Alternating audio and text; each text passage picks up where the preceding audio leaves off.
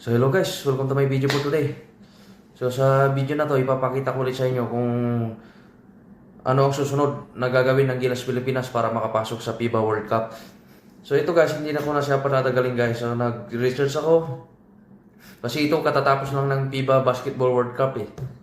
So pagdasal ko na sana makapasok sila ulit sa FIBA Basketball World Cup na gaganapin sa Qatar sa taong 2027. Ito, hindi ko na kasi dito makakalaban nila ulit yung Australia, New Zealand at yung bago lang dito ngayon yung GAM eh. Pero ang lalakas ng kalaban nila. Pero hindi na rin basta-basta ko sa Asia kagaya ng China ngayon, runner-up na eh. Nahirapan yung Australia dyan eh. Ganon din yung sa Iran, tinalo nila yung New Zealand. Nagulat nga ako eh, tinalo pa nila yung New Zealand eh. Kahit nga yung China, hindi ko sukat akalain, tatalunin pala yung New Zealand. So ito na. Pasensya na, medyo sinisiman ako eh. Hindi ko na sa patatanggal guys. Makakalaban ng Gilas Pilipinas para makapasok sa FIBA Basketball World Cup para sa 2027 FIBA Basketball World Cup Asian Qualifiers. Ang Gilas Pilipinas ay nasa Group A kasama ang sumusunod na kupunan. Sorry ha. So ito yan o, Team World Ranking Schedule number 7. Makakalaban natin yung Australia sa February 26, 2026 home, July 6, 2026 away. So dalawang beses pa lang maglalaban.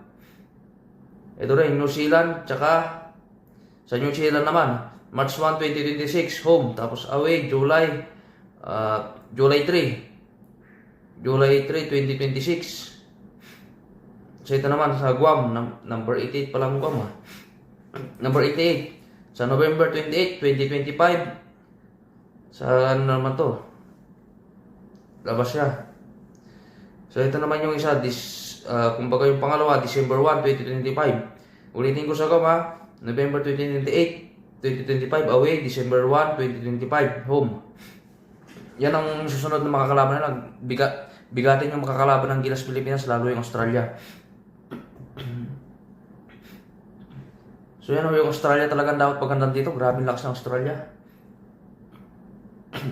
Sana makalaro na si Kai Soto. So ito yung format ng qualifiers. Home and away format. Dalawang beses makakalaban bawat team. Top 3 teams sa bawat group ang uusad sa second half. Sa bawat grupo. Top 3 teams sa bawat group ang uusad sa second round. Second round pala. Sorry, nabubul.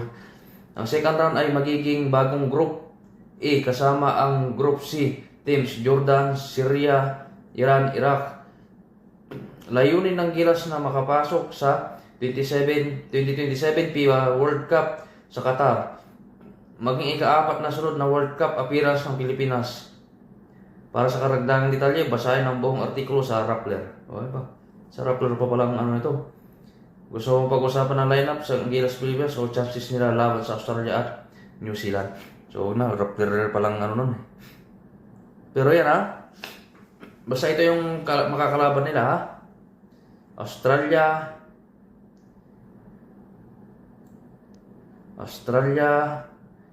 New Zealand at saka Guam.